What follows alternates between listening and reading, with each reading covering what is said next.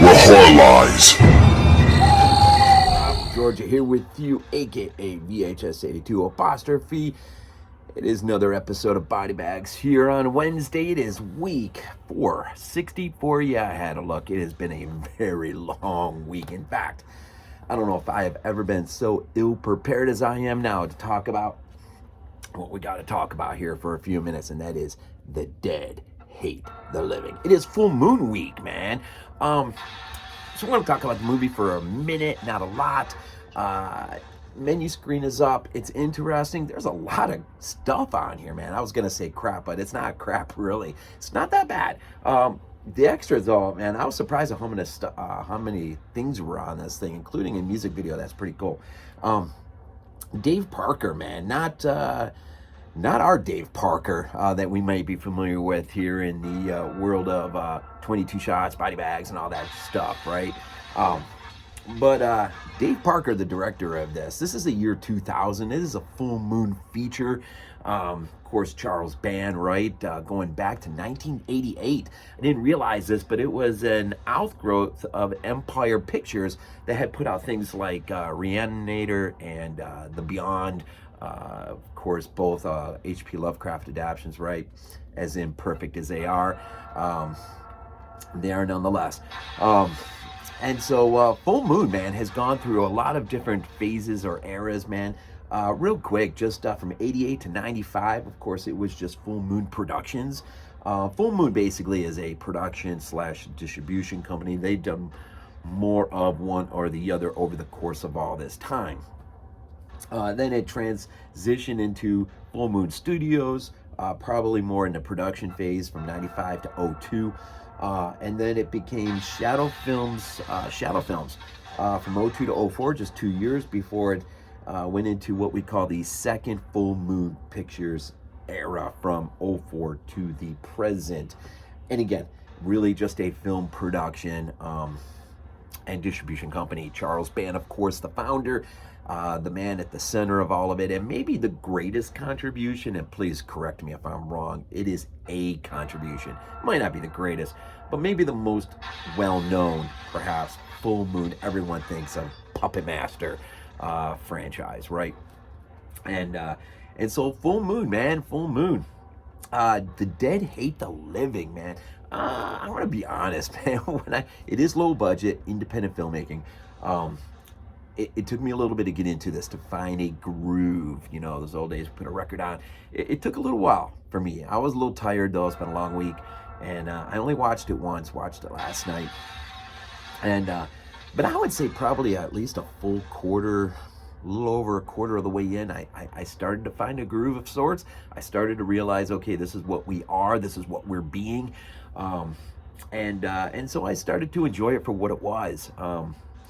And, you know, a lot of, it is, of course, you know, pays a lot of nods to, well, don't think of this in the wrong way, but, you know, it is sort of an outgrowth of this film, of Scream. Came out in 96, this is 2000. And so it sort of pays similar nods at its own genre by poking fun at it. But more times than not, it really feels like you're watching a sitcom on TV. I mean, it really has that TV feel at times. The gore's not bad at times. Tons of cliches and tons of nods at Fulci. In fact, there's a cemetery, you see a tombstone, Fulci, rest in peace, something like that. A lot of basically the story is you got a film crew that goes on location to film a low budget zombie film, and not realizing that this Dr. Eibon years ago was doing the type of experiments that he probably ought not to have been doing, and did some things he wasn't supposed to do. And so this secret has laid dormant, and as a result of this crew's filmmaking, they open things up, awaken things up, not so differently in a way, I guess. You know how you know, the hotel suddenly wakes up over, you know, after a long period of time of sleeping in The Beyond, Lucio Fulci's masterpiece. There's a lot of nods to him. The guy who did the experiments, Dr. Eibon, of course, we know the Book of Eibon from City of the Living Dead, right? Might not be the only time it's referenced. And in fact, one of the characters at one point says, well, I think it was the director says to one of the actors, hey, you're going to be the next David Warbeck. And the other guy, I think, he said something to either, yeah, who's David Warbeck? If anyone knows who he is, well, of course, if you're a Fulci fan, you know, the star of the Beyond, right? So there's a lot of nods, man. A lot of nods to anything and everything, pretty much Fulci. I mean, there's some Italian nods here and there, and the gore, it has its moments. A lot of stuff's off screen. This is independent, low budget, right? But when it does happen, it's pretty cool. Matthew McGrory is in this, man. Of course, we know him Tiny, right, from Devil's Rejects, House of a Thousand Corpses. This might be one of his last films. He was, well, no, actually no, because he's up in zombies films, right? But he's in this one, playing Gaunt. He's a zombie. And so that, if you like, if you're a fan of Matthew McGrory, he's in this one. Seems like there was another surprise in here.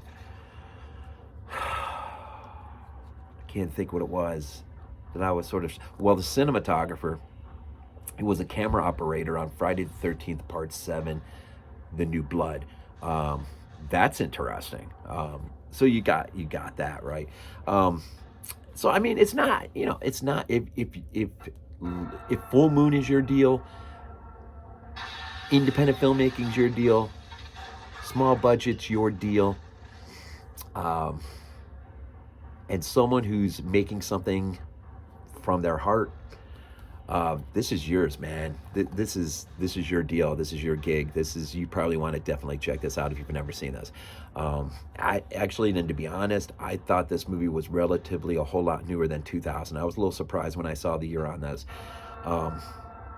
And the director, I should have wrote this down, but he's done other things too since then.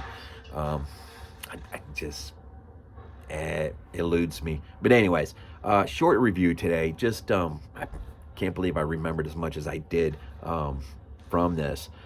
Not bad. In fact, the very end of the movie is a huge nod to the Beyond. But you probably ought to see it because it's its own little thing. And but it has, what it reminded me of, in a weird way. It reminded me of Bone Sickness and how that ended. That had a creepy end. This one isn't too, it's not that creepy in a way, but it's neat. It's just a neat sort of thank you, Fulci, for all that you have done sort of moment. I think it's pretty cool. The Dead Hate the Living in week 464. It is full moon week, and I hope you guys enjoy the week as everything falls in around us. My Bills off to a flying start against the Rams. That was great to watch. My Bulldogs, man, George is looking phenomenal right now as we defend our title. And it's good, man. It's good to be a football fan, man. It's good to be a football fan. Hope all is well on the home front. And thank you for the support and all that you guys do for us each and every day by supporting us. We appreciate it. Go Bills.